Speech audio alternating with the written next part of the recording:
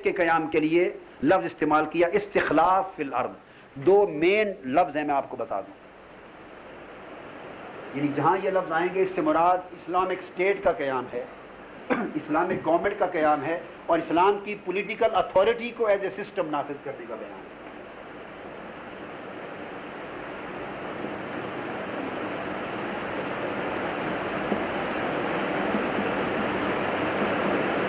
استخلاف فی الارض، استخلاف کا لفظ خلافہ سے ہے،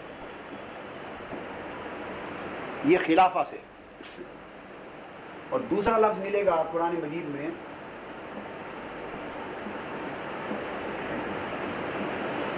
تمکن فی الارض، یا ایک لفظ ملے گا قرآن مجید میں اظہار علی الدین، یعنی جس کو قرآن نے کہا لیظہرہ علی الدین کلہ. اظہار کا مطلب ہوتا ہے پاور اور اتھارٹی کو ڈومینیٹ کرنا، یعنی پولیٹیکل اتھارٹی، اسلام کی اتھارٹی کو قائم کرنا. اور اس کے علاوہ اور بھی مختلف الفاظ اور مختلف سینسز ملیں گے، مگر یہ مین 3 ٹرمز ہیں، علاوہ بھی اس کے ہیں. اس سے یہ اسٹیبلش کرنا مقصود ہے کہ بعض اوقات لوگ یہ سوال کر دیتے ہیں اور انہیں کنفیوژن ہوتا ہے کہ قرآن میں کہاں ہے کہ اسلامک اسٹیٹ قائم کرو، یا پولیٹیکل اتھارٹی اسلام کی ہونی چاہیے، یا گورنمنٹ قائم ہو، یا یہ سبجیکٹ قرآن نے کہاں بیان کیا. جہاں سینکڑوں آیات اس سبجیکٹ سے متعلق ہیں، سینکڑوں، وہاں کچھ آیات ایسی ہیں جو ڈائریکٹ کمانڈمنٹ دے رہی ہیں، امپیریٹو آرڈر ہے کہ اسلامک اسٹیٹ اور اسلام کی پولیٹیکل اتھارٹی کو ایز اے سسٹم انفورس کرنا.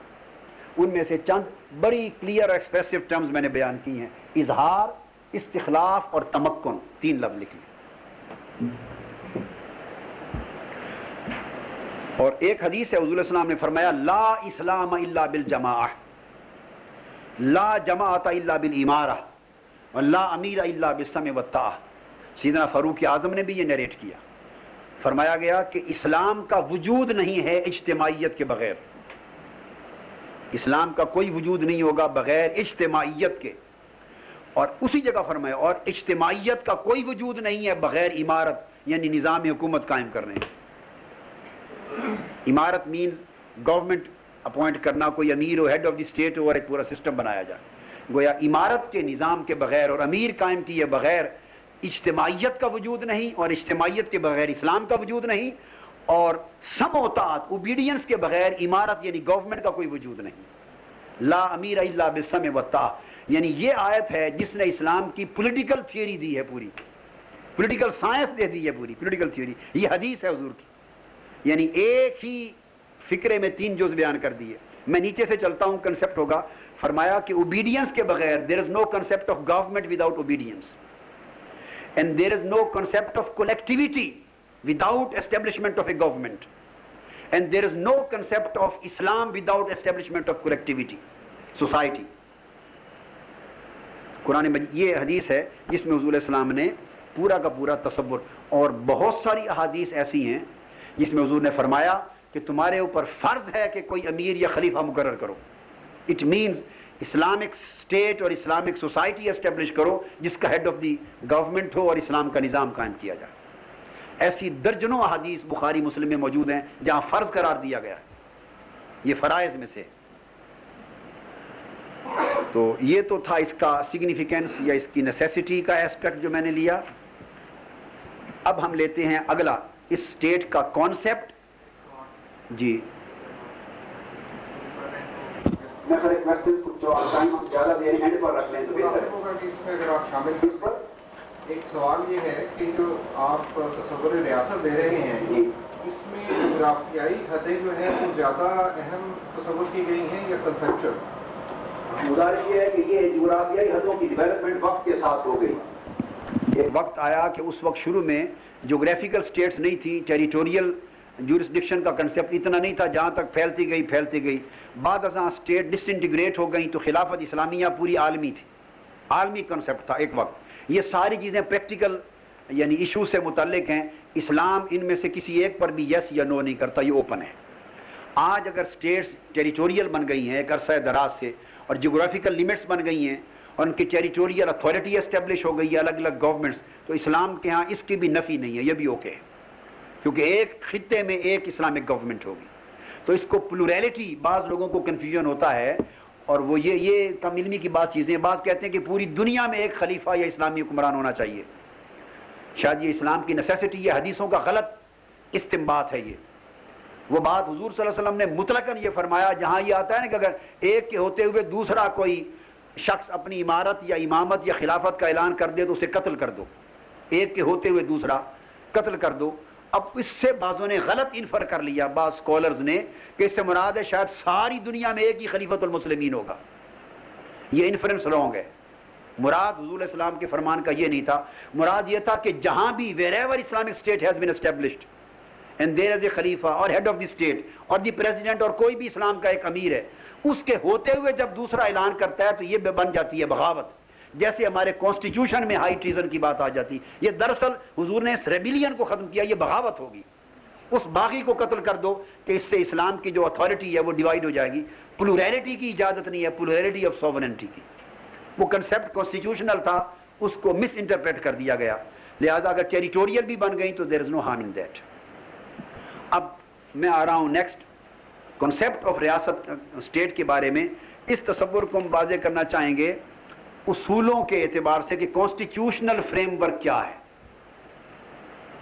وہ کانسٹیٹیوشنل پرنسپلز کیا ہیں، اگر وہ پرنسپلز ہوں تو اس پر قائم ہونے والی اسٹیٹ اسلامک اسٹیٹ کہلائے گی۔ تو وہ بات جو عرض کرنا چاہتا ہوں وہ یہ ہے کہ یہ بات ذہن میں رکھ لیں کہ اسلامک اسٹیٹ کے لیے کسی نام کا ہونا ضروری، یہ بھی ایک کنفیوژن ہے، ضروری نہیں کہ اس کو خلافت کا نام دیا جائے، نام اس کا انکمبنٹ اور امپیریٹو اور کمپلسری نہیں ہے۔ خلافت نام نہیں ہے، خلافت نظام ہے، this is a system and that should be adapted. Whether اس ہیڈ آف دی اسٹیٹ کو آج خلیفۃ المسلمین کہیں یا نہ کہیں، پریزیڈنٹ کہیں، پرائم منسٹر کہیں، whatsoever you are dealing with parliamentary system اور پریزیڈنشل، میں اس پر آگے آؤں گا، یہ ریلیونٹ چیزیں نہیں ہیں۔ تو یہ ایک کنفیوژن بھی بعض ذہنوں میں آج آ گیا ہے، یعنی میں جب یہ بعض ذہنوں کی بات کرتا ہوں تو اگر آپ کو اتفاق کو انگلینڈ جانے کا تو وہاں خلافہ موومنٹ بن گئی ہے، یہ سیریا سے اٹھی تھی، حزب التحریر ایک جماعت اٹھی تھی، حزب التحریر، اور وہ انگلینڈ میں خلافہ موومنٹ کہتے ہیں۔ یورپ میں اور امریکہ میں وہ زیادہ نہیں ہے، انگلینڈ میں اس کا شور اور غلغلہ ہے، اگر آپ کہیں کبھی کبھار جاتے ہوں تو شاید سننے کا موقع ملے۔ تو خلافہ موومنٹ نے ایک عجیب ادھم مچا کے اسلام کو بڑا بدنام کر رکھا ہے، یعنی انتہائی فینیٹک اور ایکسٹریمسٹ لوگ ہیں، انتہائی فینیٹک، ینگسٹر ہیں، نوجوان برینگ واشنگ کر دیتے ہیں۔ ان کا تصور یہ ہے کہ پوری دنیا میں دیر شوڈ بی ون خلیفۃ المسلمین، اور سارے نام کفر ہیں، شرک ہے، مٹا کے خلافت اسلامیہ نام رکھا جائے، اور ساری دنیا کا ایک جو ہیڈ ہو وہ خلیفہ کہلائے، وغیرہ وغیرہ۔ یعنی وہ جو لٹرل سینسس تھی، لٹرل دیٹس آل، اس کی روح کو سمجھے بغیر اس کو اطلاق کر کے ایک بڑے ایکسٹریم ویوز پر ان کو پہنچا دیا جوانوں کو۔ اس سینس میں کہہ رہا ہوں یہ بات، اور یہ تھوڑا تھوڑا کنسیپٹ بعض عرب ملکوں میں بھی سیریا گو بین ہے، مگر باہر صورت یہ کنسیپٹ آگے فروغ پا رہا ہے۔ اس لیے میں عرض کر رہا ہوں کہ یہ بات کلیئر ہے کہ خلافہ یہ نہیں کہ وہ ہیڈ کو خلیفۃ المسلمین کہیں تو وہ اسلامک اسٹیٹ ہوگی، یہ نادانی کی بات۔ اور اس آپ سے پوچھیں آپ کا نظام، اس کو پارلیمنٹری نہیں کہنا یہ نہ حرام ہے، اور پریزیڈنشل نہیں کہنا یہ حرام ہے، اور اس کو پارلیمنٹ نہیں کہنا یہ حرام ہے، اس کو شورا کہیں تو اسلامی بنے گی۔ یہ ٹرمز سے غرض نہیں ہے اسلام کو، نظام سے غرض ہے۔ قرآن نے جب شورا کا لفظ دیا ہے تو اس سے مراد سسٹم دے رہا ہے کہ سسٹم آف گورنمنٹ کیا ہوگا، پارلیمنٹ کا سسٹم کیا ہوگا۔ آپ نئی ٹرمز اپنے زمانے کے ساتھ اڈاپٹ کر سکتے ہیں، ان میں کوئی چیز کافرانہ نہیں ہوتی، لہٰذا کوئی خلیفہ کہنے کی بھی ایسی کوئی نیسیسٹی نہیں، سسٹم وہ ہونا چاہیے۔ تو کوئی اسٹیٹ، اب جب ہم جس کو کہیں گے اسلامک اسٹیٹ، اس سے مراد کوئی وہ اسٹیٹ ہوگی جو بیسیکلی میں نے 15 کانسٹیٹیوشنل پرنسپلز یہاں نیریٹ کر رہا ہوں آپ کو، بیسک کانسٹیٹیوشنل پرنسپلز جو constitutional frame work of Islamic state ہوگا، 15 دے رہا ہوں آپ کو بیسک، جو ان پرنسپلز پر قائم ہوگی، that would be N Islamic state. وہ عربی بولے یا فارسی بولے یا ہندی بولے یا اردو بولے یا ہیڈ آف اسٹیٹ کیا کہلائے، اس سے کوئی غرض نہیں۔ اس پر میرا ایک بکلیٹ ہے، Quranic bases of constitutional theory, یہ شاید لائبریری میں ہوگا یہاں، ڈیفینیٹلی میرا خیال ہے ہونا چاہیے، ہے اگر پتہ کروا لیں، نہ ہو تو میں دے جاؤں گا۔ ایک ہے اسلام دی اسٹیٹ ریلیجن، اس پر ہے۔ ایک میرا کتاب چاہے سیاسی مسئلہ اور اس کا اسلامی حل، اس میں 4 کانسٹیٹیوشنل پرنسپلز کو اور اسٹیٹ ایشوز کو ڈیل کیا ہے، چند بکلیٹس اس سبجیکٹ کے اوپر ہیں، اور ایک ہے اجتہاد اور اس کا دائرہ کار، یہ پارلیمنٹ کے ڈسکشن کو کہ اس کا دائرہ کار کیا ہوگا اس میں ڈسکس کیا ہے، یہ دے رہا ہوں۔ اس کے اندر 15 کانسٹیٹیوشنل پرنسپلز ہیں بیسک، اگر وہ قائم ہوں اور کوئی بھی اسٹیٹ ان کے اوپر قائم ہو تو that would be N Islamic state. یہ کنسیپٹ اسلامک اسٹیٹ کا ان بیسس پرنسپل کے ساتھ پورا ہوگا۔ نمبر 1، میں صرف چونکہ ان میں کوئی چیز زیادہ ایکسپلینیشن مانگنے والی نہیں ہے تو میں ان کو آپ کے لیے پڑھ دیتا ہوں، چونکہ یہ میرا اپنا کام ہے اس پر، تو یہ اردو میں بھی ایک کتاب میں میرے پاس یہ درج ہیں، مگر چونکہ یہ بکلیٹ اس وقت میں نے اپنی انگلش کی نکالی ہے تو اجازت دیں تو یہ پرنسپلز ہیں، میں 15 کے 15 انگلش میں ہی پڑھ دوں، sufficient for you۔ Number 1، these are the basic constitutional principles of an Islamic state۔ پہلا یہ ہے، اسلام is to be regarded as the official state religion۔ یہ پہلی بات۔ اب یہاں میں تھوڑی ایکسپلینیشن کرتا چلا جاؤں گا۔ بعض مفکرین یا دانشوروں کا مجھے کہنے دیجئے یہ خیال ہے کہ وہ کئی بار سٹیٹمنٹس آئی ہیں، آپ کو میں نام نہیں کوٹ کروں گا، آپ نے پڑھی ہوں گی، وہ کہتے ہیں کہ اسلامک اسٹیٹ پرائمریلی از اے سیکولر اسٹیٹ۔ یہ ایک تھیسس ہے کئی لوگوں کا، یہ سیکولر اسٹیٹ ہوتی ہے۔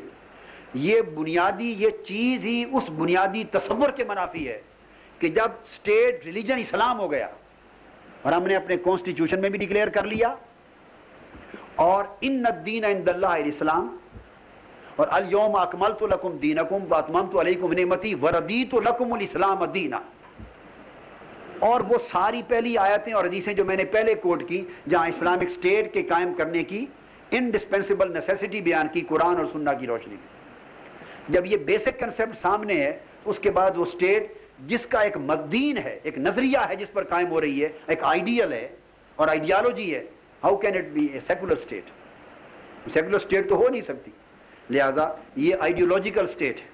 میں ریجیکٹ کرتے ہوئے اس کو آئی ووڈ لائک ٹو سے کہ یہ ایک آئیڈیولوجیکل اسٹیٹ ہے، نظریاتی ریاست ہے اسلام، اسلامی ریاست، سیکولر اسٹیٹ نہیں ہوتی، اور اسلام اس کا آفیشیل اسٹیٹ ریلیجن ہوگا، number 1۔ Number 2، the primary sources of the constitution and the laws of the land are Quran and Sunnah and all other modes determined through these sources۔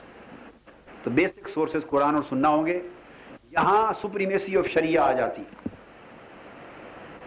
جو بحث چلتی رہتی ہے شریعت بلوں میں، کئی بل بنے اور بنتے رہتے ہیں اور بحثیں چلتی رہتی ہیں، شریعت کو سپریم لا بنایا جائے، ایک بڑی بنیادی بات ہے۔ ایکچولی میں تو یہ سمجھتا ہوں کہ میں ساتھ آپ پسند کریں گے کہ کہیں کہیں ضرورت پڑے جہاں تو پاکستان کے کانسٹیٹیوشن کے ساتھ اس کی کمپیریٹو سٹڈی دے دوں، یہ میرے خیال زیادہ انٹرسٹ کا باعث بنے گا یا نہیں؟ اب یہ جو آئیڈیا ہے کہ قرآن و سنت اس کا بیسک سورس آف کانسٹیٹیوشن ہے اور basic source of the law of the land ہے، it means that the basic supremacy has been given to Quran and Sunnah and the Sharia۔ جب قرآن جب کانسٹیٹیوشن ڈیرائیو قرآن و سنت سے ہو رہا ہے تو قرآن اینڈ سنہ would be supreme than constitution۔ یہ سورس ہونے کے ناطے یہ کانسٹیٹیوشن پر بھی سپریم ہوگا۔ تو ایون کوئی if any clause any article of our constitution is directly or indirectly repugnant to the provisions of Quran and Sunnah, that should be repealed، وہ null and void ہو جانا چاہیے۔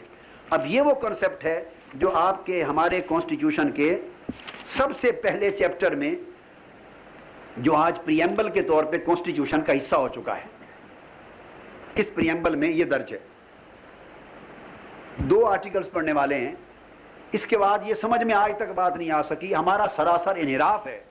میں تو سمجھتا ہوں کہ اس کے بعد کسی الگ بل کو پیش کرنے اور پاس کرنے کی بھی ضرورت نہیں، صرف یہ کہ حکومت منحرف ہے اپنے کانسٹیٹیوشن سے۔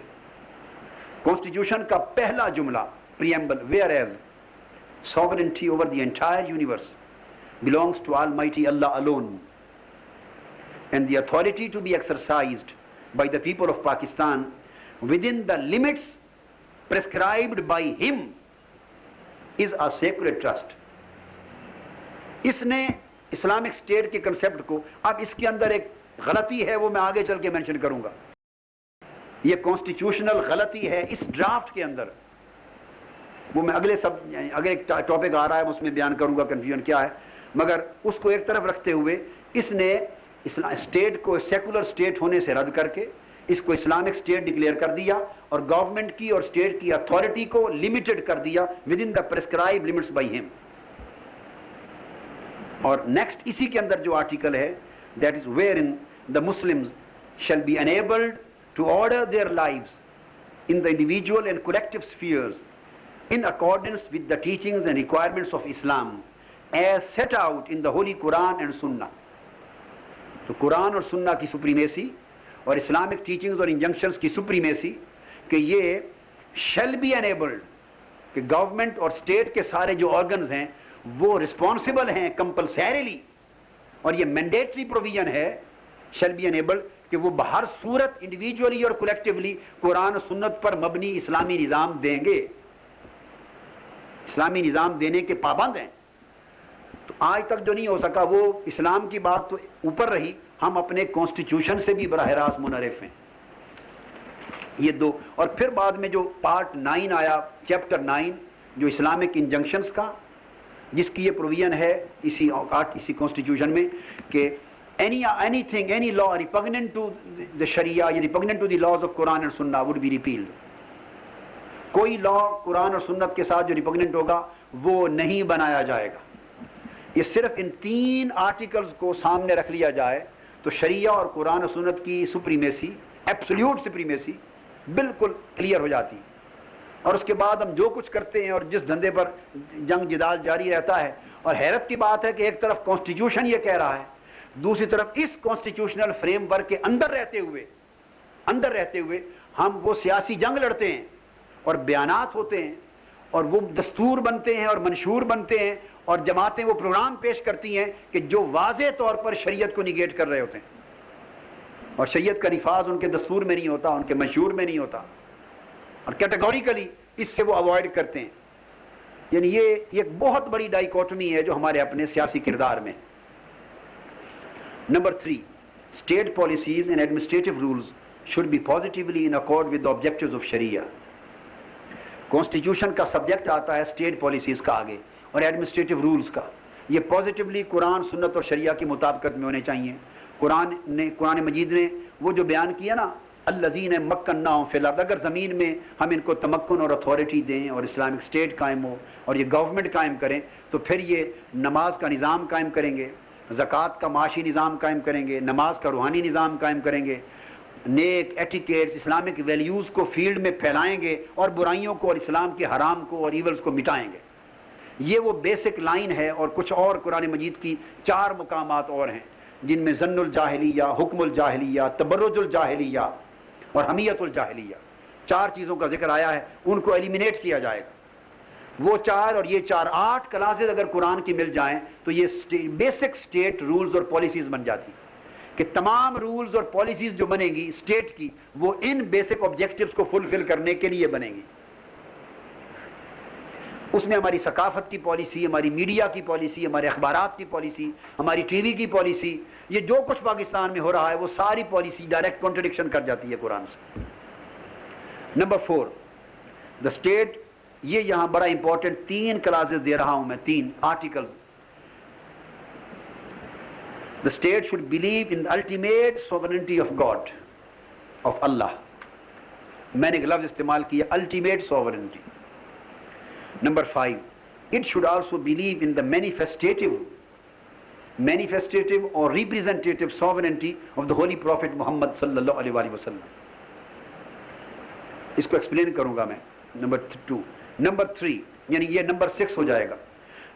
یعنی پہلے میں اللہ کی الٹیمیٹ سوورینٹی کانسٹیٹیوشن کا سورس ہوگا، اور نمبر 5 حضور صلی اللہ علیہ وسلم کی ریپریزنٹیٹیو سوورینٹی اس کے اندر بیلیف ہوگا اور وہ اتھارٹی بنے گی. حضور کی حاکمیت، اللہ کی حقیقی حاکمیت اور رسول اللہ صلی اللہ علیہ وسلم کی نیابتی حاکمیت.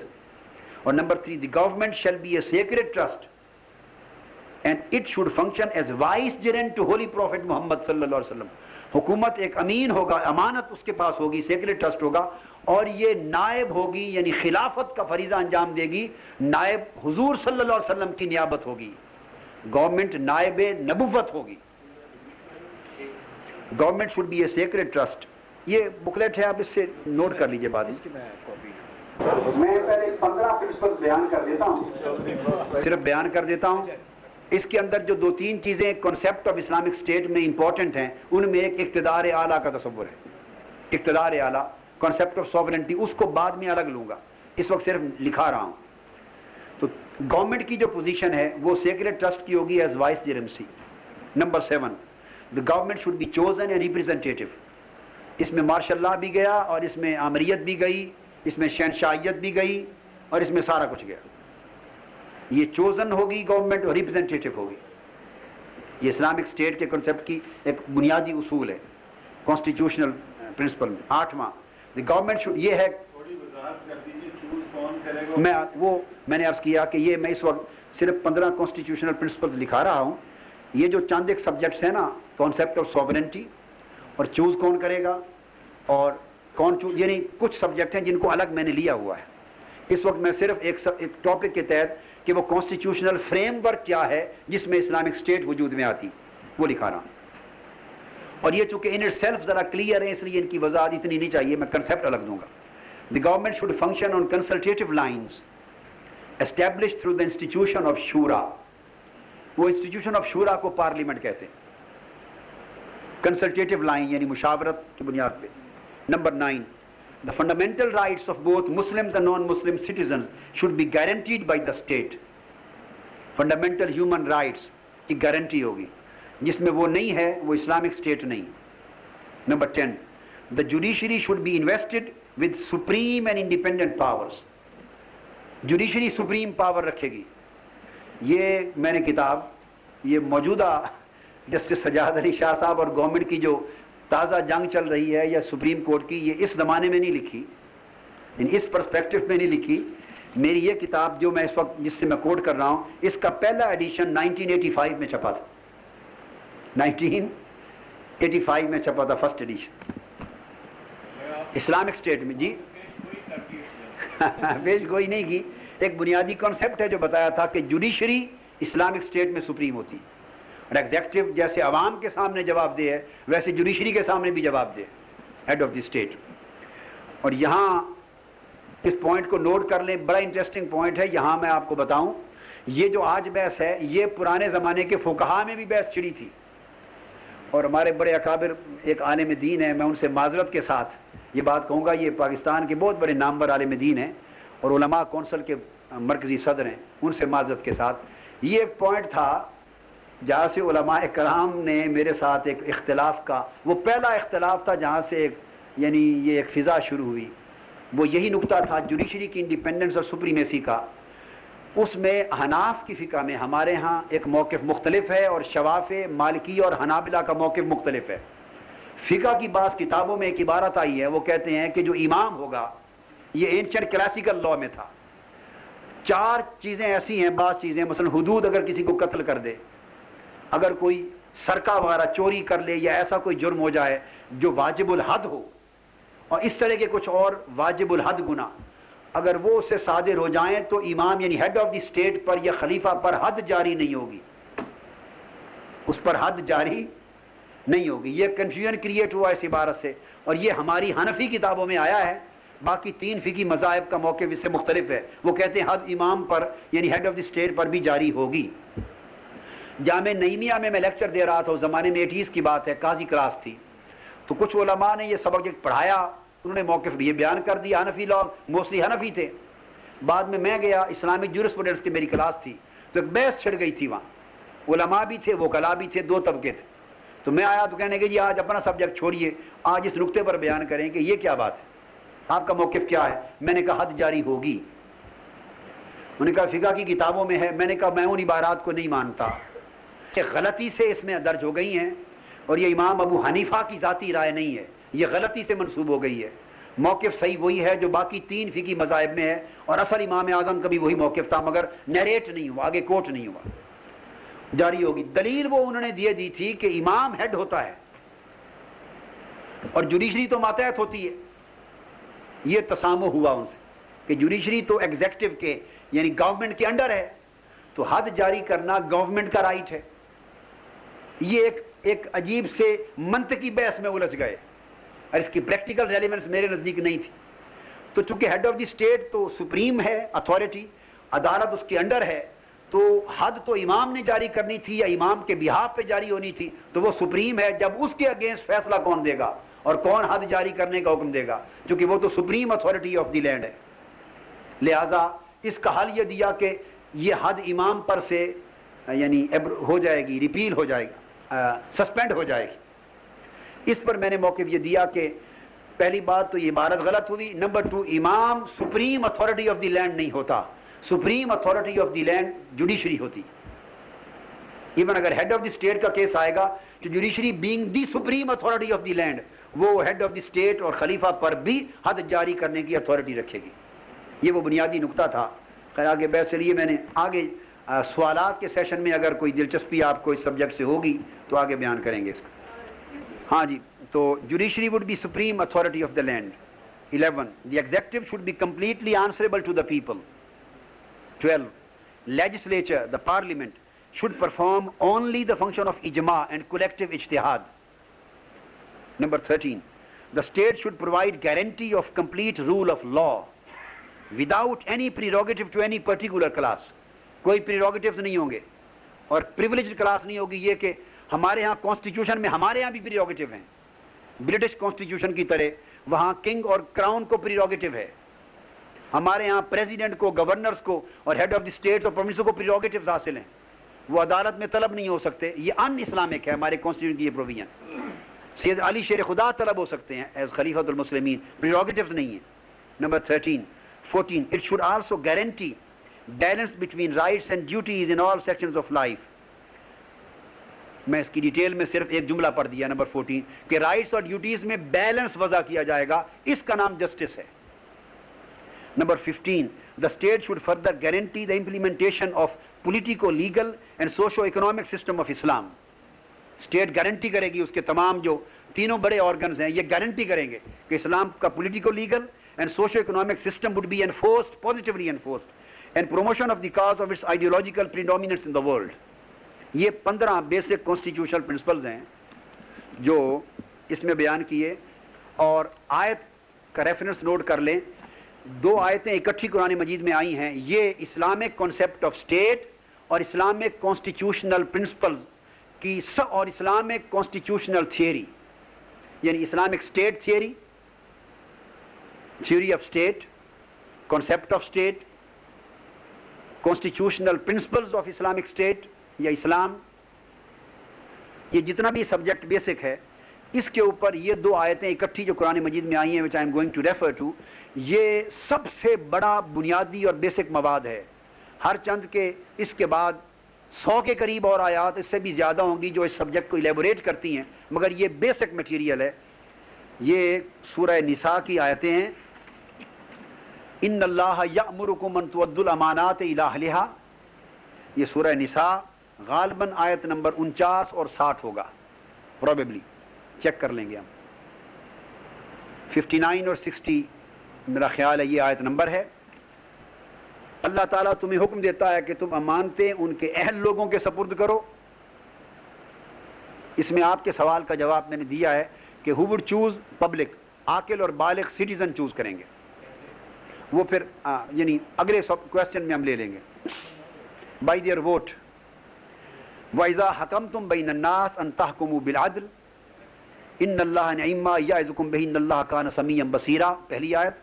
دوسری یا ایھا الذین آمنوا اطیعوا اللہ واطیعوا الرسول واولی الامر منکم، جسے میں نے کل ریفر کیا تھا. فإن تنازعتم فی شیء فردوہ الی اللہ والرسول. اگر تمہارا کوئی ڈسپیوٹ ہو جائے تو اللہ اور اس کے رسول کی اتھارٹی کی طرف لوٹا دو. ان کنتم تؤمنون باللہ والیوم الاخر ذلک خیر واحسن تاویلا. یہ 2 آیتیں جو میں نے کوٹ کی یہ بیسس ہیں اسلامک کانسٹیٹیوشنل تھیوری اور اسلامک تھیوری آف اسٹیٹ اور کانسٹیٹیوشنل لا اور کانسٹیٹیوشنل پرنسپلز پر. ان 2 آیتوں کو ایکسپلین کرتے ہوئے میں نے اپنی اس کتاب میں ان 2 آیتوں کی ایکسپلینیشن کانسٹیٹیوشنل ایکسپلینیشن کر کے 33 کانسٹیٹیوشنل پرنسپلز ان 2 آیتوں سے ڈیرائیو کیے ہیں. یہ جو بکلیٹ ہے اس میں 33 کانسٹیٹیوشنل پرنسپلز، جس میں مور اور لیس جتنے سوال آپ کے ذہنوں میں ہوں گے وہ میں جواب بھی دوں گا، مگر مور اور لیس بیشتر سوالات آلریڈی میں نے اس میں کر دیے ہیں ڈیل. ان دو آیتوں سے ڈیرائیو کر کے کانسٹیٹیوشنل تھیوری اسلام کی اور اسٹیٹ تھیوری بیان کر دی. اب یہ بہت عام ہے، جی ہاں جی کافی عرصے سے یہ چلا آ رہا ہے.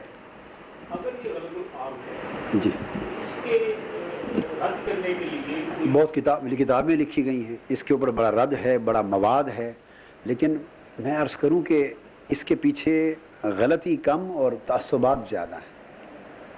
یعنی اناد اور جو مذہبی اناد اور فرقہ واریت سوچ، ایک امام حنفی امام اور یعنی فقہ کے امام ہونے کے ناطے اگر آپ ان کو ایکسیپٹ نہیں کرتے تو پھر میں نے عرض کیا کہ یہاں جو مذہبی حلقوں میں بھی، سیاسی حلقوں میں بھی سوچ میرٹ سے ہٹ جاتی کہ آپ اس کو میرٹس پر بات کرنے کی بجائے پھر ایسے ڈی میرٹس کے طریقے ایسے بات انداز سے کرتے ہیں کہ کریکٹر اسیسینیشن پہ چلے جاتے ہیں.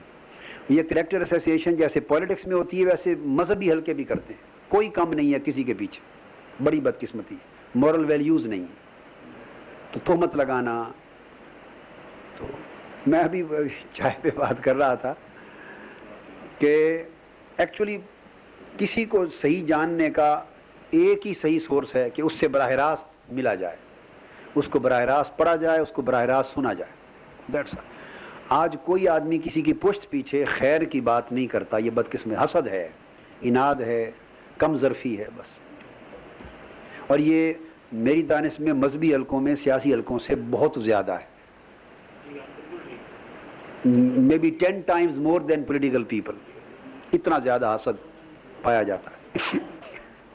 یہ کانسٹیٹیوشنل پرنسپلز کے بیان کرنے کے بعد جو بڑی امپورٹنٹ اور ریلیونٹ چیز ہے اسلامک کانسیپٹ آف اسٹیٹ میں اور اسلامک کانسٹیٹیوشنل تھیوری دونوں چیزوں میں ملا کر، جس کا میں نے ریفرنس دیا وہ یہ ہمارے کانسٹیٹیوشن کے پریمبل کا پہلا جملہ ہے کہ یہ ایک کنفیوژن دیتا ہے اور اس میں کلیئرٹی نہیں. وہ یہ ہے کہ اسلام کا تصور حاکمیت اور تصور اقتدار اعلیٰ کیا ہے اور اسلامک اسٹیٹ میں اقتدار اعلیٰ کا کیا آئیڈیا ہوگا. پہلی بات تو یہ سمجھ لیں کہ جب ہم حاکمیت اور حکومت کی بات کرتے ہیں اسلام میں ڈسپوٹک رول نہیں ہے، نمبر 1. اسی طرح کوئی ڈسپوٹک رول، خواہ وہ مونارکی کی شکل ہو، خواہ وہ ڈکٹیٹرشپ ہو، اولیگارکی ہو، کوئی فارم نہیں. ٹو ایبسلیوٹ ڈیموکریسی بھی نہیں ہے ویسٹرن ٹرم میں. ایبسلیوٹ ڈیموکریسی جو ویسٹرن کانسیپٹ ہے وہ بھی نہیں ہے. نمبر 3، جیسے بعض ریلیجس اسکالرز نے لکھا ہے یا کہتے ہیں کہ یہ تھیوکریٹک اسٹیٹ ہوتی ہے، تو تھیوکریسی بھی نہیں ہے. That's wrong. اب مجھے ایکسپلین کرنے کی ضرورت نہیں ہے کہ آگے تھیوکریسی کیا ہوتی. تو absolutely Islamic state is not a theocratic state. اس کا ایک انڈیپینڈنٹ کریکٹر اور نیچر آف رول ہے اسلامک رول، جس کو قدیم اصطلاح میں خلافہ کا لفظ بھی ہم کہہ سکتے ہیں، اور آگے چل کے وہ اس طرح بنتا ہے جس سے اس کا جو کنسیپٹ آف سوورنٹی ہے وہ اس کے نیچر آف رول کو کلیئر کرتا ہے. اسلام کے کنسیپٹ آف سوورنٹی میں اور اسلامک اسٹیٹ میں سوورن کون ہے یہ سوال ہوتا ہے. گورنمنٹ سوورن نہیں ہوتی.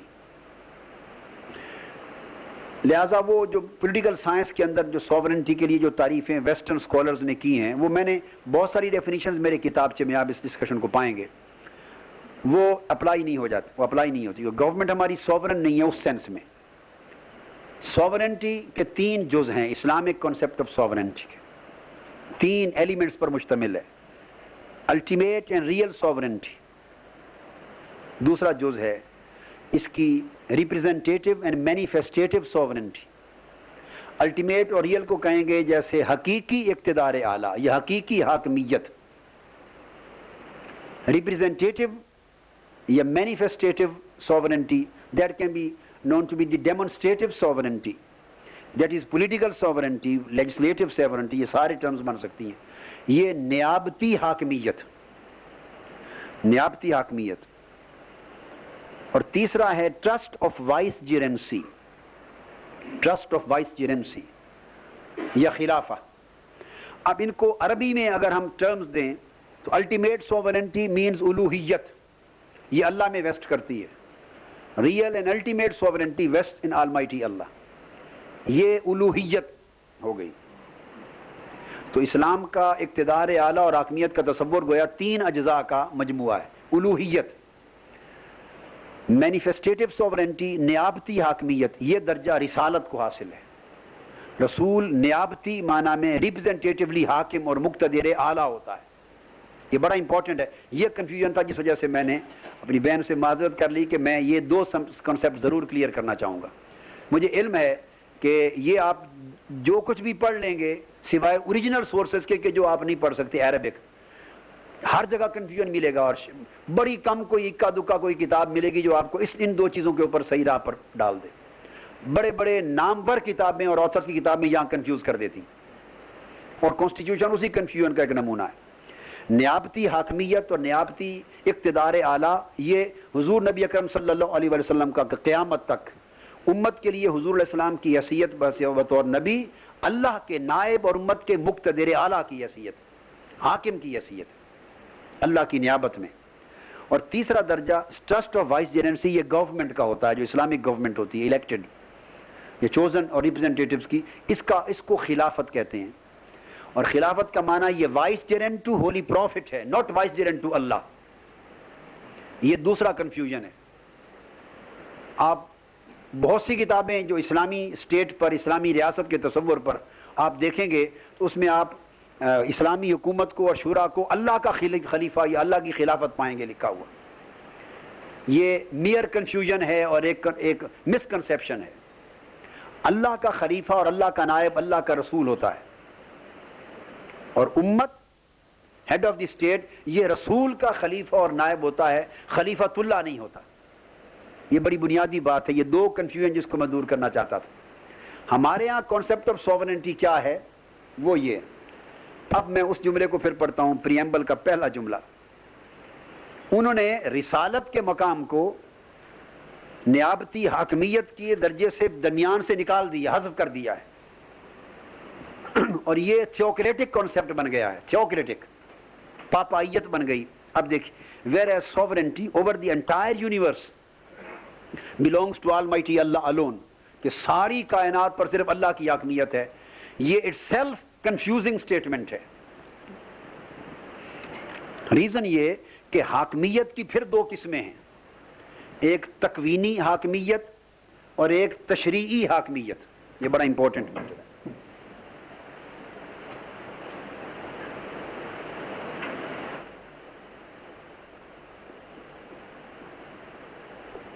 تکوینی حاکمیت اور ایک تشریع شریعت سے, شرع سے. تکوینی حاکمیت یونیورسل حاکمیت ہے جو فزیکل پوری کائنات پر خالق اور مالک ہونے کے ناطے سے جو اللہ کی حاکمیت ہے, زمین پر, آسمان پر, انسانوں کی تخلیق پر, انسانوں کو رزق دینے پر, انسانوں کو مارنے پر, جلانے پر, حساب و کتاب لینے پر, یہ جو اللہ کی حاکمیت اور اقتدار ہے یہ تکوینی حاکمیت. جب کہا جائے گا the sovereignty over the entire universe belongs to Almighty Allah, so we are talking about تکوینی حاکمیت, not تشریعی. اور کانسٹیٹیوشن کا کیس تکوینی حاکمیت نہیں, تشریعی حاکمیت ہے. اس کو لیجسلیٹو سوورنٹی کہتے ہیں. تشریعی حاکمیت, لیجسلیٹو سوورنٹی, پولیٹیکل سوورنٹی, یہ تشریعی حاکمیت کے معنی میں آتی ہے.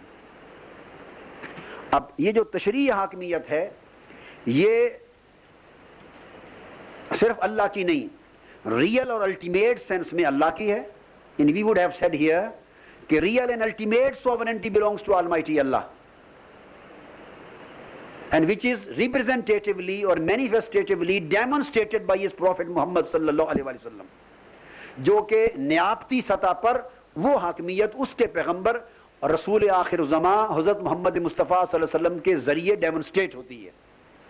اللہ کی اس حاکمیت, حقیقی حاکمیت کو ریپرزنٹیٹیو سینس میں اللہ کا رسول ڈیمونسٹریٹ کرتا ہے, ایکسرسائز کرتا ہے ان لیجسلیٹو سوورن پاورز کو. یہ ہے الوہیت اور رسالت کا تعلق. وہ لیجسلیٹو سوورنٹی کی ساری powers, these are exercised by prophet. لہذا for political and legislative purposes prophet is the sovereign, being representative and naib and vicegerent to Almighty Allah. اور نمبر 3 جو اسلامک گورنمنٹ ہے وہ آگے, and the authority to be exercised by the people of Pakistan within the limits prescribed by him is a sacred trust. تو گویا حکومت براہ راست خدا کا خلیفہ بن گئی ہے. یا سیکرڈ ٹرسٹ امانت ہونے کے ناطے رسالت کو حاکمیت, نیابتی حاکمیت کا حذف کرنے کی وجہ سے کنفیوژن ہوا. لہذا اسلامک گورنمنٹ جو ہوگی یہ وائس جیرنٹ ہوگی as a secret trust to holy prophet صلی اللہ علیہ وسلم. یہ رسول کی خلافت کہلائے گی, خلافت الہیہ نہیں کہلائے گی. چنانچہ یہاں میں صرف اس کے اوپر قرآن مجید کی بے شمار آیتیں جو ہم نے کل سنت کے بارے میں ریفر کی تھی, من یطع الرسول فقد اطاع اللہ, فلا وربک لا یؤمنون حتی یحکموک فیما شجر بینہم, یہ مومن نہیں جب تک آپ کی ایبسولوٹ اتھارٹی کو نہ مان لیں.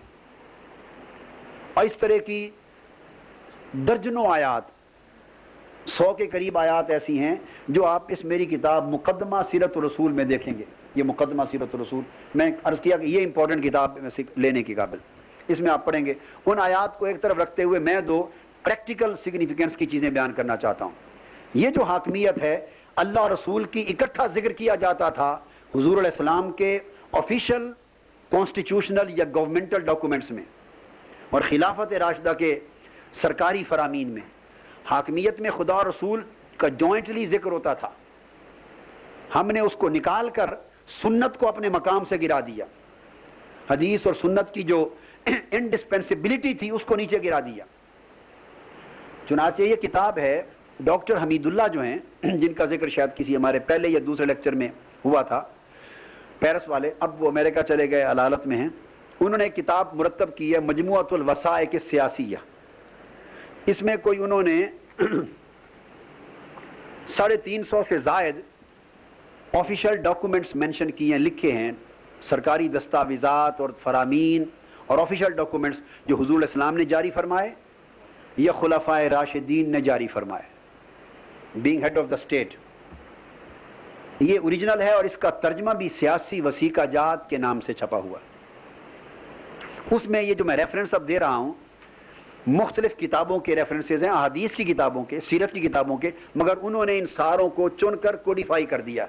بہت بڑا ایک تاریخی اہمیت کا اوریجنل ورک کیا انہوں نے, کوڈیفائی کیا, منفرد نوعیت کا کام کیا. اور اس طرح کا کمبینیشن, یعنی ان تمام آفیشیل ڈاکومنٹس کو ایک کتاب میں جمع کرنا, ان سے پہلے کام نہیں ہوا تھا. یعنی یہ ان کے اوریجنل ورکس میں سے ایک ہے. میں یہ عرض کر رہا تھا کہ وہ میں چند ریفرنس جو دے رہا ہوں, جب سیدنا صدیق اکبر رضی اللہ تعالیٰ عنہ خلیفہ ہوئے, خیر یہ تو اس میں سے نہیں, یہ تو ہماری اوریجنل کتابوں میں یہ موجود ہے جو میں اب کوٹ کر رہا ہوں, ابن عساکر سیرت کی بنیادی کتابوں میں. تو صحابہ کرام نے ان کو یا خلیفۃ اللہ لکھا. جب ان کو خط لکھا اور ایڈریس کیا تو کہا اے اللہ کے خلیفے سیدنا صدیق اکبر کو. میں کنسیپٹ اب دے رہا ہوں. سیدنا صدیق اکبر he refused to accept this title. انہوں نے کہا کہ لست خلیفۃ اللہ ولکنی خلیفۃ رسول اللہ, میں اللہ کا نائب نہیں ہوں, میں رسول اللہ کا نائب اور خلیفہ. یہاں سے انہوں نے کنسیپٹ آف اسلامک اسٹیٹ اور کنسیپٹ آف سوورنٹی کلیئر کر دیا کہ اسلامی خلیفہ اور حکمران یا اسلامی گورنمنٹ یا شورا یا پارلیمنٹ وہ اللہ کی نائب نہیں ہوتی, وہ رسول اللہ صلی اللہ علیہ وسلم کی نبوت اور رسالت کی نائب ہوتی ہے. یہاں سے سنت اور رسالت کی اتھارٹی آگے پھر ڈرائیو ہوتی, ابتدا ہوئی. ریفرنس جو میں کچھ دینا چاہتا تھا, حضور علیہ السلام جب کبھی کسی قبیلہ کو خط لکھتے اور ان کو کوئی پناہ دیتے, کوئی مراعات دیتے, کوئی کمٹمنٹ کرتے کانسٹیٹیوشنل, اور وہ تو صرف اللہ کی طرف سے نہیں, ہر اس ڈاکومنٹ میں اللہ اور اپنے طرف سے کامن کرتے. مثلا چند میں نمونے جو عرض کرنا چاہتا ہوں وہ امپورٹنٹ ہیں. سیدنا فاروق اعظم رضی اللہ تعالیٰ عنہ کی طرف سے, پہلے حضور علیہ السلام کا میں کوٹ کروں. حضور علیہ السلام نے قبیلہ جوہینہ کے نام, جوہنیہ کے نام, چند افراد اور خاندانوں کے نام ایک امان نامہ لکھا. ایک امان نامہ, ان کو امان دی, پروٹیکشن دی گورنمنٹ کی طرف سے, اسٹیٹ پروٹیکشن. اس اسٹیٹ پروٹیکشن کے لیٹر میں آپ نے لکھا کہ ان میں وہ طبقہ بھی شامل ہے کہ اس کو اللہ اور محمد صلی اللہ علیہ وسلم کی امان حاصل ہے. بنی زمرہ کو آپ نے خط لکھا من جانب محمد رسول اللہ, فرمایا ان کے جان و مال کی حفاظت اللہ اور اس کے رسول کے ذمے ہے. قبیلہ علا بن حضرمی, قبیلہ اسلم کے علا بن حضرمی کو خط لکھا اور ان کو کہا کہ ہم پابند, آگے لکھا, ہم جنہوں نے کلمہ توحید پڑھا اور خدا رسول کی عبدیت وغیرہ کا اقرار کیا وہ مومن ہوئے, ان کے لیے اللہ اور اس کے رسول کی پناہ ہے. کسی کو کہا کہ جو مومن ہو گئے وہ اللہ اور اللہ کے رسول کی امان میں ہیں. کسی کو لکھا کہ اب وہ اللہ اور اللہ کے رسول کے ذمہ میں ہیں، وہ اللہ اور اللہ کے رسول کی پناہ میں رہیں گے. یعنی درجنوں، بیسیوں یا 100 سے بھی زائد ایسے کانسٹیٹیوشنل اور آفیشل اسٹیٹ ڈاکومنٹس ہیں جس میں حضور السلام نے خود اپنی حاکمیت کا، اللہ رب العزت کی حاکمیت کے ساتھ، صاحب جب جوائنٹ ذکر ہوگا تو ہم خود انٹرپریٹ کر لیں گے کہ اللہ کی پناہ مینز حقیقی معنی میں حاکمیت کا، حضور کی پناہ مین ریپرزنٹیٹیو نیابتی معنی میں. تو حضور السلام نے اس کانسیپٹ آف سوورنٹی کو تمام قبیلوں طبقات کو all over the world return اپنی تحریر کے ذریعے اللہ اور اللہ کے رسول کی حاکمیت میں رکھا. پھر خلافت راشدہ کے دور میں جتنے ڈاکومنٹس گئے اس طرح کے، وہ یہ لکھا کرتے تھے، سیدنا فاروق اعظم خلیفہ راشد تھے، اب ان کا دور تھا، وہ یہ نہیں لکھتے تھے. مثلا انہوں نے من جانب حبیب بن مسلمہ، ان کے باشندگان نے طفلس کو خط لکھا اور کہا، ڈیٹیلز چھوڑ رہا ہوں، آخری جملہ، بصورت دیگر تمہیں خدا اور خدا کے رسول سے جنگ کا الٹیمیٹم ہے. اب حضور علیہ السلام خود ان کا زمانہ نہیں، خلافت راشدہ ہے. اگر کوئی کہے as head of the state لکھ رہے ہیں تو لکھنا چاہیے تھا پھر اللہ اور عمر فاروق سے، اللہ یا خلافت راشدہ یا ہماری گورنمنٹ کے ساتھ جنگ کا الٹیمیٹم ہے. وہ اپنی طرف سے خلفائے راشدین میں کسی نے نہیں لکھا، اس لیے کہ وہ خود کو نائب سمجھتے تھے، اور خلافت راشدہ میں بھی ایز سوورن اتھارٹی اللہ اور اللہ کے رسول کی چلتی تھی. اللہ اور اللہ کے رسول کی طرف سے جنگ کا الٹیمیٹم ہے. سیدنا عثمان غنی نے عہد عثمانی میں سعد بن ابی سرا کو اہل نوبہ کے ساتھ معاہدہ کیا اور لکھا، اے اہل نوبہ، اب سے تم اللہ اور اللہ کے رسول محمد صلی اللہ علیہ وسلم کی پناہ میں ہو. سیدنا عثمان غنی لکھ رہے ہیں ان ہز کیلیفیٹ، حضور علیہ السلام وصال فرما چکے ہیں. تو he is talking of the constitutional sovereignty of prophet محمد صلی اللہ علیہ وسلم that exist up till the day of judgement, کہ آپ اے قبیلہ اہل نوبہ، آپ اللہ اور اللہ کے رسول حضرت محمد کی پناہ میں ہیں. تو حضور علیہ السلام خود بھی یہ لینگویج استعمال فرماتے اور خلفائے راشدین بھی کرتے رہے. یہ میں نے آپ کو کانسٹیٹیوشنل اور آفیشیل ڈاکومنٹس کے چند ریفرنس دیے، اور یہ درجنوں اور بیسیوں کی تعداد میں خلافت راشدہ کے دور تک ڈاکومنٹس میں موجود ہے، جس سے وہ سوورنٹی اسٹیبلش ہوتی ہے کہ وہاں کبھی بھی صرف اللہ کا ذکر نہ کیا جاتا، اللہ اور اللہ کے رسول کا ذکر ہوتا. اور اس کو امام ابن تیمیہ نے، علامہ ابن تیمیہ کا نام آپ نے سنا ہوگا، بڑے روشن خیال اسکالر ہیں اور جورسٹ ہیں اور محدث ہیں. وہ اپنی کتاب الصارم المسلول میں لکھتے ہیں، اس کا پیج 40-41 ہے، الصارم المسلول، علامہ ابن تیمیہ. اور یہ وہ ان اسکالرز میں سے ہیں کہ شاید تاریخ اسلام کے یہ واحد پرانے اسکالر ہیں جن کو سعودی عرب آج یعنی فالو کرتا ہے. باقی پوری تاریخ اسلام کے اسکالرز کو کوئی اکا دکا کے ساتھ نرم گوشا یا ان کو مانتے ہیں اور کسی کو نہیں مانتے، یا پھر محمد بن عبد الوہاب نجدی کو اپنا شیخ مانتے ہیں. مطلب ہے یہ وہ میں ان کا بتا رہا ہوں کہ کیپیسٹی ان کی یہ ہے کہ سعودی گورنمنٹ اور اس فکر کے لوگ بھی ان کو اتھارٹی مانتے ہیں. اب وہ الصارم المسلول میں لکھتے ہیں کہ فقد اقامہ اللہ علی مقام نفسہ فی امرہ و نہیہ و اخبارہ و بیانہ فلا یجوز ان یفرق بین اللہ و رسولہ فی شیء من ھذہ الامور، کہ اللہ تعالیٰ نے 4 چیزوں میں حضور علیہ السلام کو اپنا قائم مقام بنایا ہے. میں آپ اب غور فرمایا کہ کتنا بڑا کنفیوژن تھا جس کے لیے میں نے اس کے اوپر گفتگو کی کانسیپٹ آف سوورنٹی پر.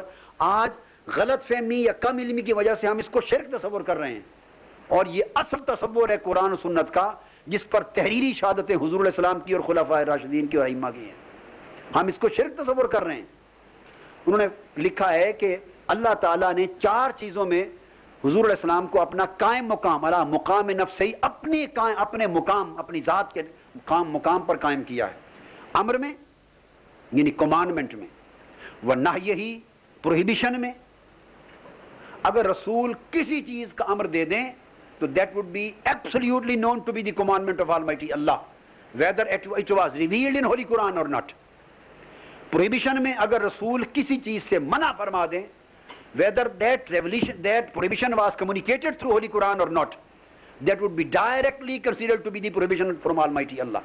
نہیہ و اخبارہ، اور خبر دینے میں، علم کے باب میں، انفارمیشن میں اگر رسول کوئی خبر دے دیں تو وہ خبر اللہ کی طرف سے تصور ہوگی، خواہ وہ قرآن کی وحی میں آئے یا نہ آئی ہو. وہ بیان ہی، اور رسول کسی چیز کو ایکسپریس اور ایکسپلین کر دیں، خواہ اس کا ایکسپریشن قرآن میں ہے یا نہیں، وہ ڈیوائن ایکسپریشن تصور ہوگا اٹ سیلف. اور پھر آگے فرمایا علامہ ابن تیمیہ نے کہ ان 4 امور میں اللہ اور اللہ کے رسول کے درمیان فرق کرنا ناجائز ہے، فرق کرنا ناجائز ہے۔ مطلب کنسپٹ سمجھانے کا یہ تھا کہ یہ سارا concept Islamic concept of sovereignty میں فال کرتا ہے، اور ہم لا علمی کی وجہ سے اس کو شرک بنائے بیٹھے۔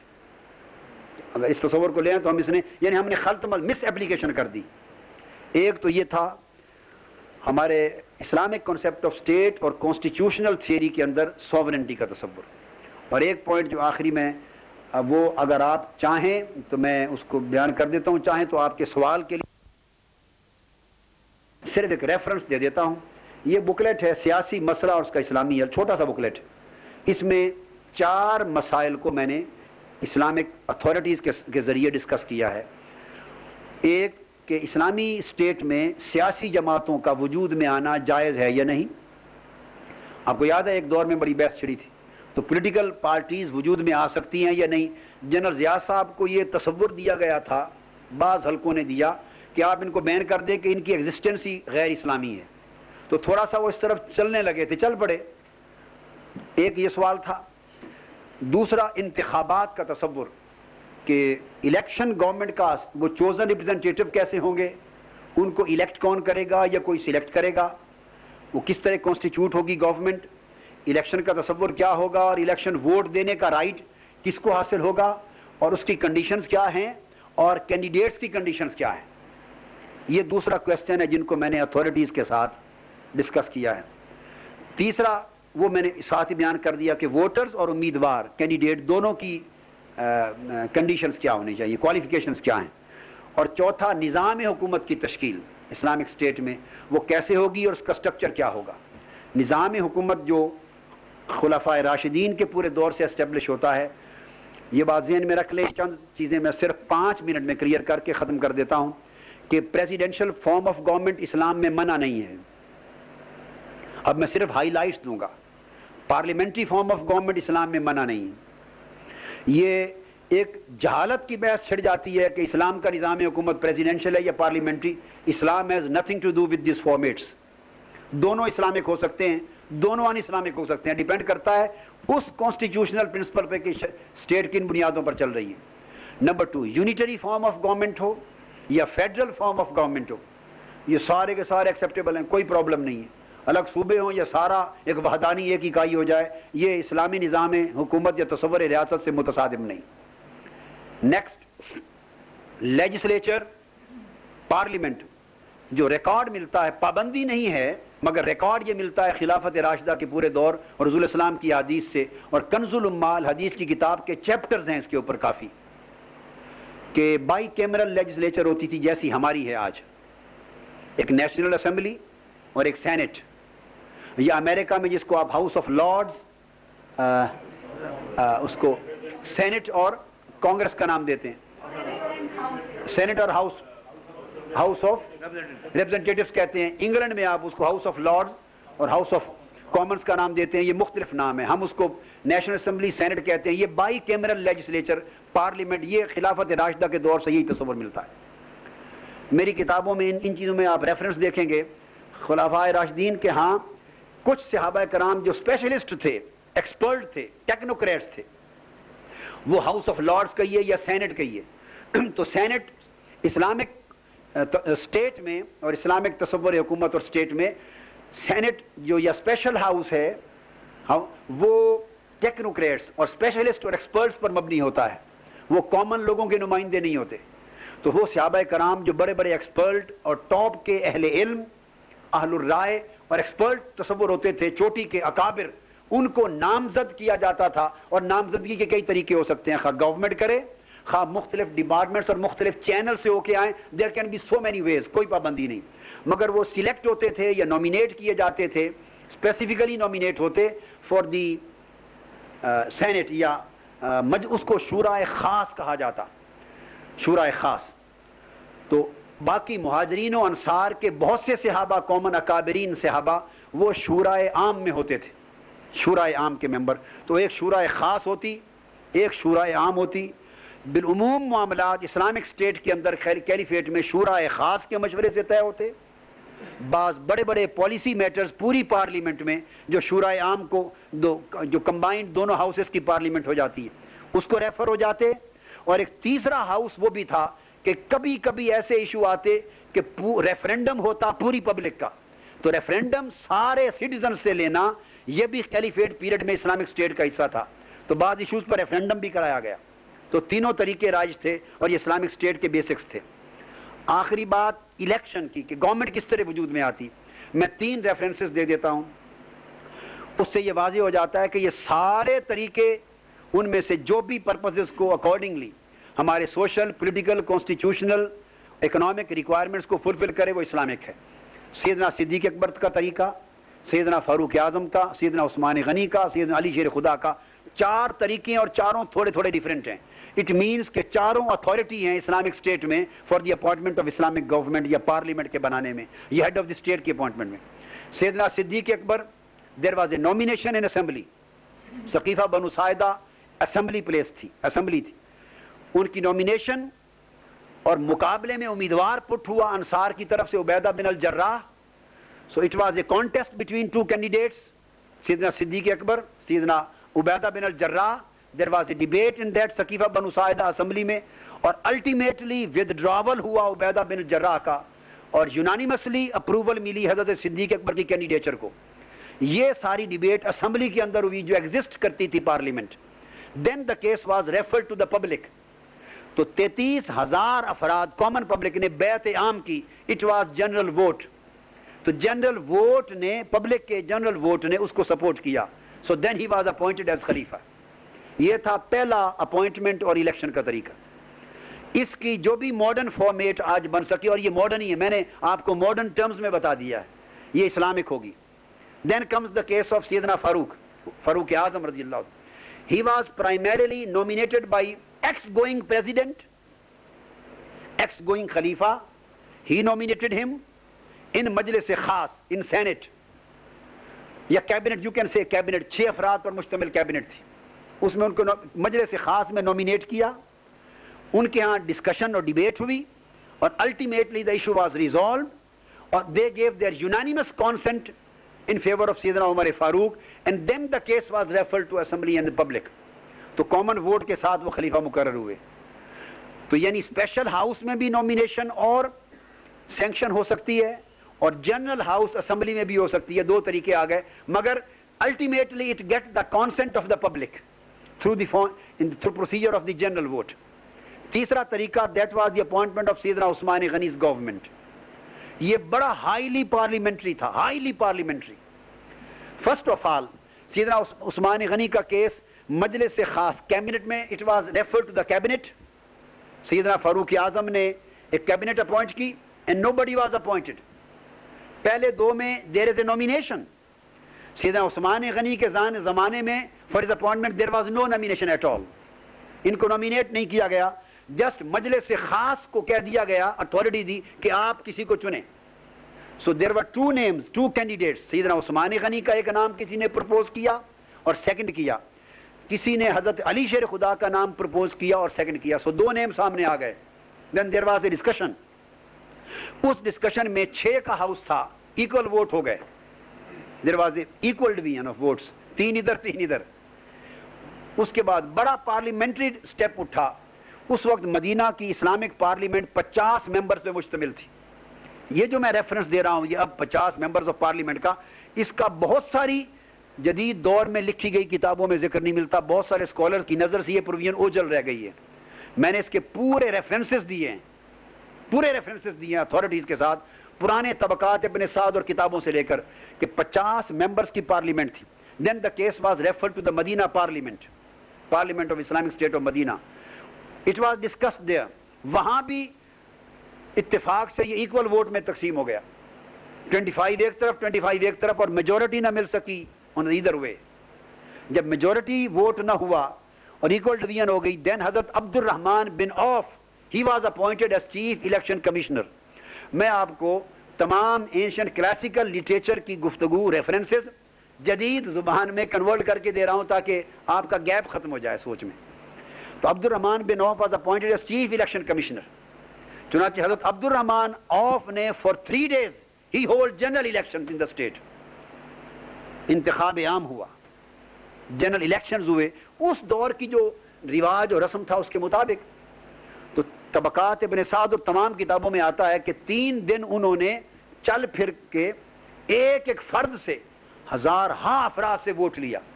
اور کتابوں میں آیا جو اہل الرائے تھے, یہ اس سوال کا جواب آ رہا ہے آپ کے سوال کا, جو اہل الرائے تھے پڑھے لکھے, ان سے ڈسکس کیا میرٹس پر کہ عثمان غنی کے میرٹس کیا ہیں, علی شیر خدا کے میرٹس کیا ہیں, اور آپ کس وجہ سے پریفر کر رہے ہیں فلاں کو. اور جو ان پڑھ تھے, الیٹریٹ, حتیٰ کہ عورتیں, مرد, بچے, نوجوان, جوان, مریض, صحت مند, مسافر اور مقیم, یہ اصطلاحات آئی ہیں کتابوں میں. ہر طبقے سے جا کے پوچھا اور ان پڑھ لوگوں سے صرف رائے لی, آپ کس کے حق میں ہیں. 3 دن کے بعد اوورآل, جب یہ جنرل الیکشن کی صورت تھی کہ براہ راست فرد سے پوچھتے تھے, 3 دن جب کامن کانسنٹ پبلک کی لی اوورآل, تو کامن کانسنٹ لے کر وہ اس نتیجے پہ پہنچے کہ اس وقت میجورٹی کی اوپینین حضرت عثمان غنی کے حق میں ہے. سو انہوں نے as chief election commissioner after 3 days سیدنا عثمان غنی کی تقرری کا اعلان کیا. تو گویا یہ تیسرا طریقہ ہو گیا جنرل الیکشنز کا, کہ ڈائریکٹ ووٹ سے بھی مل سکتا ہے, اسمبلی سے بھی, پارلیمنٹ سے بھی. اور چوتھا لاسٹ طریقہ وہ بڑا ڈیولپڈ, ہائیلی ڈیولپڈ پارلیمنٹری طریقہ تھا, وہ سیدنا علی شیر خدا کی تقرری کا. یہ طریقہ امریکن پریزیڈنٹ کے الیکشن کا, ڈائریکٹ الیکشن کہا گیا نا, عبد الرحمن بن عوف, عثمان غنی والا. سیدنا علی شیر خدا کا طریقہ پارلیمنٹری سسٹم کہا گیا, وہ پریزیڈنشل سسٹم کہا گیا. سیدنا علی شیر خدا کا جب وقت آیا تو جو لوگ تھے انڈیویجولی آپ کے پاس گئے کہ ہم آپ کے ہاتھ پہ بیعت کر کے we want to declare you the Khalifa head of the state, and he refused to accept the status title, انکار کر دیا. آپ نے فرمایا انما حاضر امر لأہل الشورا, یہ امر اہل شورا کا ہے. آپ نے فرمایا میں اس طرح خلیفہ چھپ کر نہیں بنوں گا, یہ کیس شورا میں جائے گا, it will be referred to the parliament, parliament کا اجلاس کال ہوگا. الفاظ ہیں کہ پارلیمنٹ بیٹھے گی, شورا کا اجلاس ہوگا, اور وہ جس کو اہل سمجھیں گے اس کو خلیفہ مقرر کر دیں گے, اور وہی اللہ کی طرف سے خلیفہ ہوگا. آپ نے بہت بڑی تاریخی پارلیمانی روایت کا ایک نمونہ دیا جو پارلیمنٹری سسٹم میں آتا ہے. چنانچہ اہل شورا نے متفقہ طور پر سیدنا علی شیر خدا کو منتخب کیا اور آپ خلیفہ ہوئے, اور اس کے بعد وہ کیس پبلک کی طرف نہیں گیا, بس جسٹ پارلیمنٹ کے جیسے پارلیمنٹری سسٹم میں ہوتا ہے. چنانچہ جنہوں نے انکار کیا حضرت علی شیر خدا کی خلافت کا, ان کو حضرت علی شیر خدا نے خط لکھا. ان میں سے ایک ریفرنس میں حضرت معاویہ کا بھی دے رہا ہوں. ایون حضرت معاویہ کو خط لکھا حضرت علی شیر خدا رضی اللہ تعالیٰ عنہ نے, اور اس کے یہ لفظ تھے, آپ نے فرمایا جس طرح پہلے 3 خلفاء کی سینکٹیٹی, ان کی خلافت کی پارلیمنٹ دیتی رہی ہے, اور جو شورا ان کو اپروو یا الیکٹ کرتی رہی ہے, in the same way I have been elected unanimously by the same parliament, اس پارلیمنٹ نے مجھے مقرر کیا ہے, لہٰذا اب میرے مقرر ہو جانے کے بعد یہ من جانب اللہ تقرر تصور ہوگا, اب کسی کو میری اطاعت سے انکار کا مجال نہیں ہے, لہٰذا آپ میری اطاعت کریں. خیر انہوں نے اطاعت نہ کی, that was a separate chapter. اور ہم اس لیے آپ کو سیدنا علی شیر خدا اور ان کی خلافت کو حق, اور ان کی گورنمنٹ کو ان کے مد مقابل درست نہیں سمجھتے. یہ 4 طریقے خلفائے راشدین کے جدا جدا تھے, اور ان سے جدا جدا یعنی پولیٹیکل یا کانسٹیٹیوشنل میتھڈ سامنے آتے ہیں. ان میں سے کسی ایک کو اڈاپٹ کر لیں, ملا کے اڈاپٹ کر لیں, what ever is suitable for you, یہ سارے کے سارے اسلامک طریقے ہوں گے اسلامک گورنمنٹ کے قیام. اتنے ایشوز کے اوپر میں اپنی گفتگو ختم کرتا ہوں آپ کے سوالات کے لیے. روز پہلے ڈاکٹر اسرار احمد صاحب تشریف لائے تھے اور انہوں نے اسلامی ریاست کے اوپر ہمیں لیکچر دیا تھا. 3 بنیادی اصول انہوں نے وضع فرمایا اسلامی ریاست کے. ایک تو ڈیوائن سوورنٹی تھا جس کے بارے میں, اور دوسرا تھا کہ کوئی قانون اسلامی ریاست میں قرآن اور سنت کے منافی نہیں ہوگا. تیسرا اصول جو انہوں نے وضع کیا اس میں انہوں نے یہ فرمایا تھا کہ جو نان مسلم شہری ہیں اسلامی ریاست کے, وہ لیجسلیٹو پروسیس میں حصہ نہیں لے سکتے. اور اس کی وجہ انہوں نے یہ فرمائی تھی کہ کیونکہ اسلامی ریاست میں قوانین قرآن اور سنت کے مطابق بننے ہیں, اور جو غیر مسلمان ہیں ان کا تو قرآن اور سنت کے اوپر اعتقاد نہیں ہے, لہذا منطقی طور پر ان کے مطابق وہ اسلامی لیجسلیٹو اسلامی ریاست کے لیجسلیٹو پروسیس میں حصہ نہیں لے سکتے, یعنی کہ وہ شورا کے ممبر جو ہیں وہ منتخب نہیں ہو سکتے. تو میں نے ان سے یہ پوچھا تھا کہ کیا قرآن پاک میں اس